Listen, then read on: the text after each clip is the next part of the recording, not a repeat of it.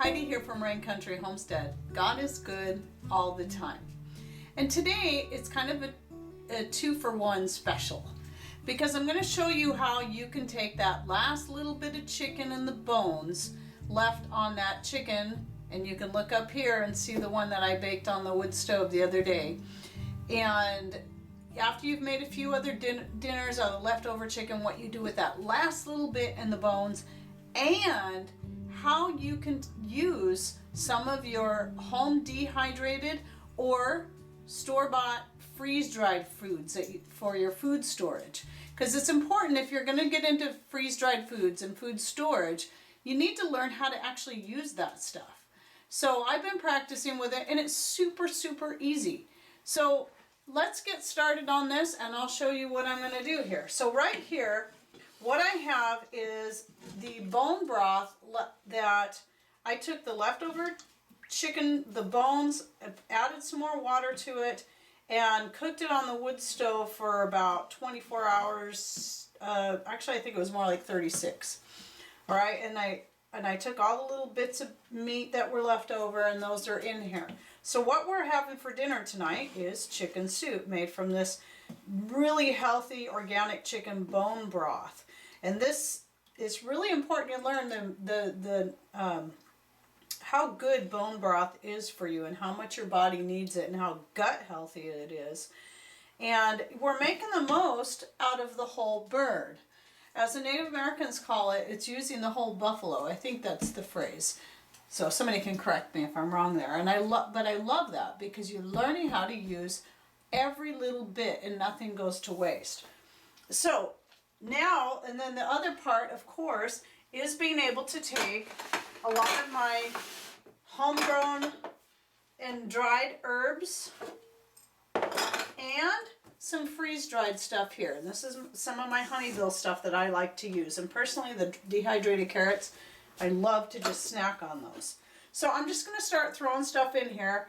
These are my homegrown lavender leaves. I really like to use these as an herb. Again, they don't taste like or smell like the lavender flower. They have a unique flavor and scent that is all their own. In fact, if it tasted like the flowers, I probably wouldn't use it. Some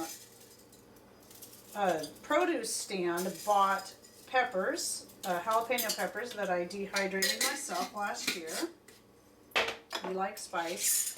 My homegrown dehydrated tomatoes. And I'll try to remember up in that eye to put link you to the video of how I do the dehydrated tomatoes, as well as the roast chicken, if I didn't say that, how I roasted the chicken on the wood stove and how easy that is. Some homegrown dehydrated basil. And of course you can use whatever herbs and spices you want. This is just some of the stuff I like to do. I'm not going to do it this time, but if you're in the middle of, you know, the whole family's got a cold or whatever, what I recommend is you take this very recipe that I'm doing right here and add ginger, cinnamon, and cloves to it. I actually really like the taste of it. It's a different taste. I got some dehydrated onion, but I've done that before, you know, the last time, which was years ago, that we all got a cold here, which was odd, but boy, I tell you, even the dog got sick that year. My old dog that I used to have, she got a kennel cough. I don't know where she picked it up from, but I even fed some to her, and she was over her kennel cough in 8 days. And anyone who's ever had a dog with kennel cough knows, and by the way, that was the sliced dehydrated garlic, knows that it can take a minimum of 10 to 20 days for them to get better. And one of the things I did for her was giving her some homemade chicken soup with all the good spices in it. And she was back to herself and her normal self in 8 days. And of course, during that 8 days, she was getting progressively better. So, okay, I didn't know if I said homegrown sage, not homegrown, but red pepper flakes.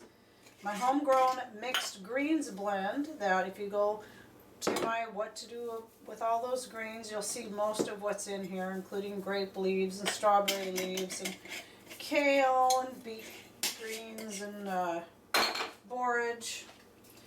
And of course I've got some Himalayan salt and put in about a teaspoon of that. Now, on to some of my freeze-dried stuff. Now, this is organic corn. If you're going to get corn, you want to make sure you look for at least organic, which is supposed to be non-GMO, so I'm taking a chance. I know this is really good. It's not labeled as non-GMO, but typically if it's labeled as organic, it's supposed to be non-GMO. But no matter what you do when it comes to yellow corn, you really are taking a chance. So I still, even this, I don't use that much. But it is really, the freeze-dried corn is actually another one of those things. It's really good right out of the can. And same thing with potatoes.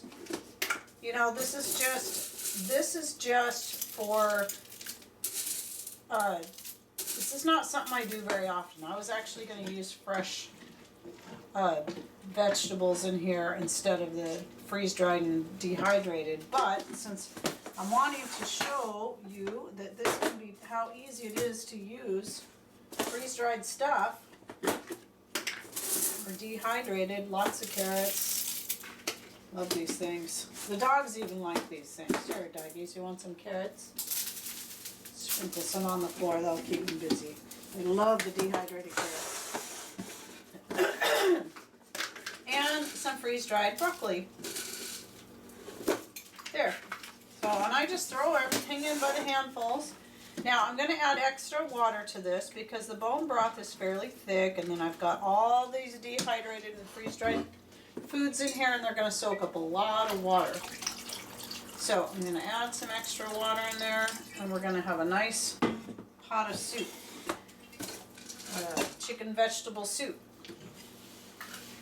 Good and healthy. So all I got to do is put this on the wood stove and let it cook for the rest of the day. I don't have to worry about it. I've got it sitting up on a trivet like you saw in the how to bake a chicken on a wood stove video.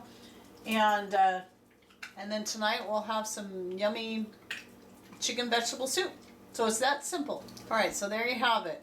How to use up that last little bit of chicken and the bones and get the most out of them and the most nutrients out of them, and how to use your dehydrated and freeze-dried foods from your food storage. It's that easy. Okay, thanks for watching. Take care. God bless.